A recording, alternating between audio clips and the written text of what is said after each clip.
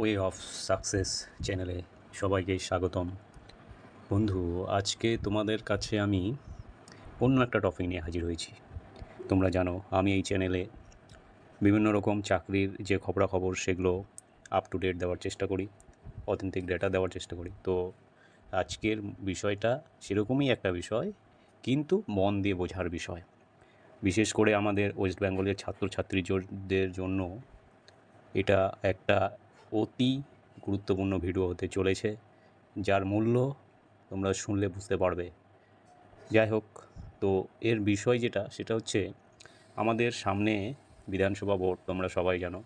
তো যে কোনো রাজ্যের বিধানসভা ভোটের ক্ষেত্রে সেই রাজ্য চাইবে যে তাদের বিভিন্ন মহলে একটা চাকরির বাজার তৈরি করা এবং তার জন্য নতুন নতুন ভ্যাকেন্সি ক্রিয়েট করা এবং ভ্যাকেন্সি আনা, যাতে ছেলে পেলে সকলেই সেই সরকারের প্রতি অ্যাক্টিভ হয়ে থাকে। তো সেই পরিস্থিতিতেই আমি বলতে চাই যে সামনে প্রচুর ভ্যাকেন্সি বেরোবে।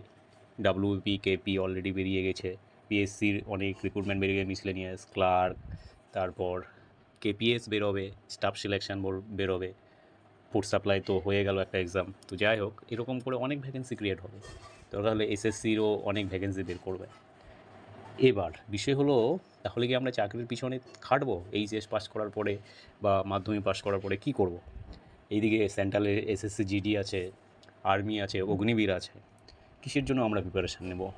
বা চাকরির পিছনে সময় নষ্ট করব, না আমার যেহেতু সংসারে অর্থনৈতিক প্রবলেম, আমি বিশেষ করে তিনটে ক্যাটাগরিতে যদি ভাগ করি তোমাদেরকে, ধরে নাও যাদের পড়াশোনা ছাড়া অন্য কোনো কাজ নেই, পড়াশোনা করতে ভালো লাগে, সেই ধরনের একটা ক্যান্ডিডেট। আর এক ধরনের ক্যান্ডিডেট যে তাদের সংসারের কিছু দায়িত্ব পালন করতে হয় পড়াশোনার পাশাপাশি। আর একটা ক্যান্ডিডেট হচ্ছে বাবা বাবার কোনো টাকার অভাব নেই, সে যা করতে চাইবে করতে পারবে। তো তাদের জন্য কোনটা প্রয়োজনীয় বা কোনটা ইম্পর্টেন্ট? তো আমি প্রথমত বলি, আমাদের রাজ্যের চাকরির যেমন দুর্নীতি হয়, সেরকম কিছু সঠিক রিক্রুটমেন্টও হয়। এই দৃষ্টিতে দেখলে আমি প্রথমত বলবো, যারা সদ্য মাধ্যমিক এইচএস পাস করে ভাবছো বা গ্র্যাজুয়েশন পড়ছো বা কম্পিটিটিভ লাইনে যেতে চাইছো, অবশ্যই তাদেরকে বলবো যে আমাদের ডাব্লিউবিপির মতো জায়গাতে বা ডাব্লিউবিপিআরবির আন্ডারে প্রচুর রিক্রুটমেন্ট হচ্ছে, সেটার জন্য অবশ্যই প্রিপারেশান নেওয়া দরকার। তা সত্ত্বেও পিএসসি মিসলেনিয়াস আছে, ফুড সাপ্লাই আছে, এইদিকে পিএসসির ক্লার্কশিপ আছে, আদার্স হয়তো মেয়েদের জন্য আইসিডিএস বেরোবে, এইদিকে হয়তো পঞ্চায়েতের রিক্রুটমেন্ট হবে। তো আমি চাইবো যে এই এই বছরটা তোমরা, কেউ হয়তো ভাবছো বিদেশে যাব কাজ করতে, আমার টাকা আসবে প্রচুর। হ্যাঁ, সেটাও ঠিক, আমি বলছি না সেটা। যাদের সংসারে দেখা গেল নুন আনতে পান্তা ফোড়ায়, তাদের এই মুহূর্তে টাকার দরকার, তাদের ক্ষেত্রে অবশ্যই অনেকে যেতে হতে পারে। কিন্তু আমি বলবো, তোমরা একটা বছর নিজের জন্য দাও। হয়তো যদি তোমার প্রচেষ্টা এবং মনোবল সব দিক থেকে সঠিক থাকে, পরিশ্রম যদি তুমি ঠিকঠাক করতে পারো, হয়তো এক বছরে তোমার চাকরির একটা জায়গা তৈরি হয়ে যেতে পারে বা তুমি চাকরি পেয়ে যেতে পারো। সেক্ষেত্রে তোমার সহ তোমার ফ্যামিলির লাইফ চেঞ্জ হয়ে যাবে। তো সেটা একটা বড় ব্যাপার। এবং অনেকের বাবা মার যাদের অভাব নেই, তারা হয়তো ভাবছো এই রিল্যাক্সে আছি, ঘুরি 5টা বছর। কিন্তু আমি বলি, দেখো, সুযোগ সবার জীবনে আসে না। আর সামনে বিধানসভা ভোট, আবার 5 বছর পর ভোট হবে, তখন হয়তো হিউজ একটা রিক্রুটমেন্ট হবে। কিন্তু এই মুহূর্তে তোমাদের হাতে যেটা পাচ্ছ সেটার পিছনে ছোটো না। 3-4টা মাস ট্রাই করো, 6টা মাস ট্রাই করো, দেখবে এরপর থেকে এক্সামগুলো শুরু হয়ে যাচ্ছে। দেখবে তুমি একবারে প্রথম বলেই ছক্কা মারে দিচ্ছ, অর্থাৎ ফার্স্ট চান্সে তোমার চাকরি হয়ে যাচ্ছে, তোমার লাইফ চেঞ্জ হয়ে যাবে। শুধুমাত্র বাবার সম্পত্তি আর প্রপার্টি দেখিয়ে তোমার কাছে কোনো মেয়ে আসবে না, বা তোমাকে কোনো মেয়ে পাত্তা দেবে না। পাত্তা দিলেও তারা থাকবে না। তোমাকে তোমার কেরিয়ারের প্রতি নজর দিতে হবে। তোমার যদি কেরিয়ার সঠিক থাকে, তুমি যা চাইবে তাই পাবে। সেটাই আমার বলার ছিল। আর বিশেষ করে গ্রামের ছেলে মেয়ে, আমি বলবো ভাই, টাকার অভাব প্রতিটা লোকেরই আছে, সবার জীবনেই প্রবলেম আছে।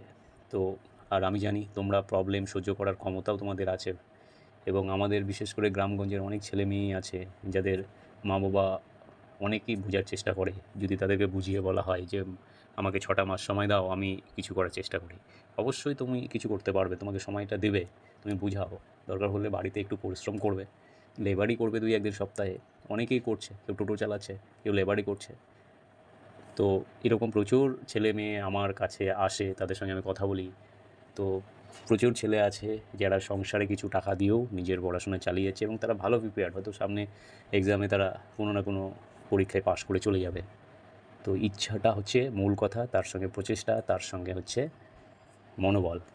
যার মনোবল আছে, ধৈর্য আছে, তার সঙ্গে সবাই আছে, প্রচেষ্টা আছে, ভগবান তাকে সাথ দেবে। যে কিছু করতে চায় না, শুধু বসে বসে ভাবে এই করবো সেই করবো, তার দ্বারা কিছু হবে না। তো সেটাই বলছি, এই মুহূর্তে না বিদেশে যাওয়ার প্রয়োজন আছে, না তোমার অন্য কিছু সম্পর্কের প্রতি নজর দেওয়া, এবার ধরে নিচ্ছি লাভ রিলেটেড, বা তোমার হতে পারে কোনো অ্যাফেয়ার, হতে পারে তুমি অন্য কোনো কাজে মনোযোগ দিতে চাইছো। তো আমি এটাই বলবো, একটা বছর তুমি নিজের জন্য দাও, তারপরে দেখবে যদি কিছু না করতে পারো অবশ্যই তুমি তোমার মতো কেরিয়ার চুজ করবে। বিদেশে রাস্তা আছে, অন্য রাজ্যে যেতে পারো, প্রচুর কাজের সুযোগ আছে। তাছাড়াও তুমি নিজস্ব বিজনেস খুলতে পারো, অনলাইনে বিভিন্ন ধরনের কাজগুলো করতে পারো। তো এগুলো নিয়ে আমি পরে আবার ভিডিও বানাবো। তো এই মুহূর্তে তোমাদের কাছে এটাই অনুরোধ, ভেবেচিন্তে ডিসিশান নেবে। নিজের জীবনের জন্য একটা বছর সময় বেছে নাও। এই সময়টা শুধু তোমার জন্য না, এর মাঝখানে কোনো মাধ্যম থাকবে না, ফেসবুক না, হোয়াটসঅ্যাপ না, প্রেমিক না, লাভার না, রিলেটিভ, কিচ্ছু রাখার দরকার নাই। শুধু নিজের জন্য ফোকাস দাও, সব কিছু ব্যালেন্স করে তুমি তোমার লক্ষ্যে এগিয়ে যাও। আমি অবশ্যই চাইবো আমাদের পশ্চিমবঙ্গের ছেলে মেয়েদের জন্য, এবং আরও যারা অন্যান্য রাজ্য থেকে যারা বাংলা ভাষা বোঝো তাদের জন্য অবশ্যই ভিডিওটা হেল্পফুল। তোমরা সাবস্ক্রাইব করবে চ্যানেলটা, যদি ভালো লাগে অবশ্যই কমেন্ট শেয়ার করবে। ধন্যবাদ শেষ অবধি দেখার জন্য। Best of luck.